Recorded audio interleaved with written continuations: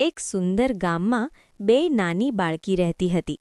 એકનું નામ મેશુ અને બીજીનું નામ શાનવી. બંને બહુ જ નાની, ગોળ-મટોળ અને હંમેશા હસતી રહેતી. સવારે ઉઠતા જ મેશુ આ કરીને અવાજ કાઢે અને શાનવી તાળી પાડીને હસવા લાગી જાય. મમ્મી કહે, અરે વાહ, આજ તો બંનેની મસ્તી શરૂ થઈ ગઈ. એક દિવસ મમ્મીએ બંનેને જમીન પર બેસાડી રમકડાં આપ્યા. મેશુ બોલ ફેંકે અને શાનવી તરત જ બોલ પકડવા દોડે. ક્યારેક બોલ મોઢામાં લઈ લે તો મમ્મી હસીને કહે, અરે બેટા, આ ખાવાનું નથી. બંને નાની બાળકી ક્યારેક એકબીજાના વાળ ખેંચે, ક્યારેક હાથ પકડીને લડખડાતી ચાલે. પડતા પડતા ફરી ઊભી થઈ જાય અને ફરી હસવા લાગે. સાંજે જ્યારે દાદી વાર્તા કહે ત્યારે મેશુ ઊંઘમાં ઝૂકે અને શાનવી તેની ખભા પર માથું મૂકી દે.